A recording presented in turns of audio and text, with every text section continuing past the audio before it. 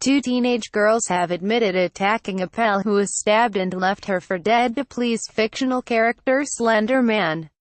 Anissa, Weier, 15, pleaded guilty to attempted second-degree homicide as a party to a crime with use of a deadly weapon, while Morgan Geyser has pleaded guilty to attempted first-degree murder. Anissa Weier, one of the two teenage girls who tried to murder a friend after stabbing her 19 times. Who is the Slender Man? The Slender Man, also known as Slenderman, was created as an internet meme through the Something Awful forums in 2009. Depicted as a very tall, very thin, faceless man in a black suit, he was developed through a thread on the forum which asked users to edit everyday photographs to appear paranormal.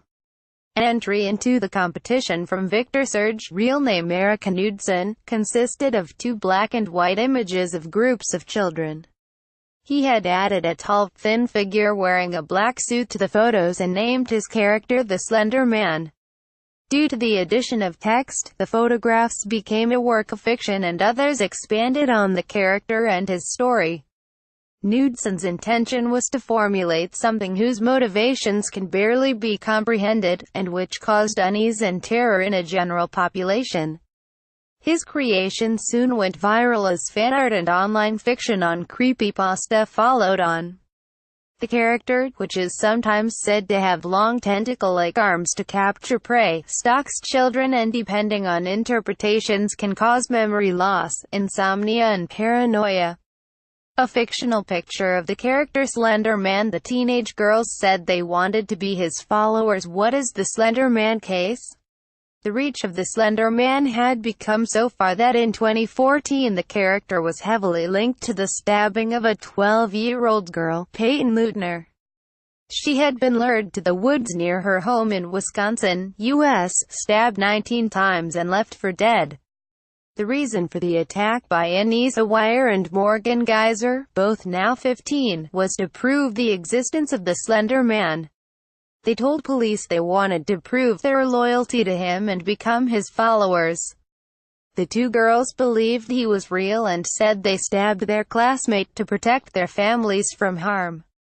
They said they believed the only way to become a follower of the character was to murder someone. After this, they claimed they thought they would be his servants and in his mansion. Peyton survived the attack and managed to crawl out of the woods, where she was found by a cyclist with stab wounds to her chest, abdomen and arms. Weier and Geyser were caught walking into the woods after the attack, in the hope of meeting the Slender Man. Peyton Leutner survived the attack. Who are Anissa Weier and Morgan Geyser, and why did they attack Peyton Leutner?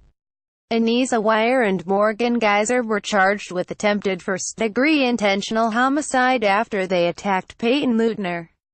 All three girls were 12 at the time. In August 2017, Weier pleaded guilty to a charge of attempted second-degree homicide due to mental illness or defect.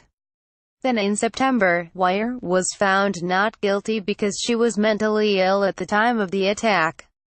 In December 2017, Weier was sentenced to be committed to a psychiatric hospital for 25 years.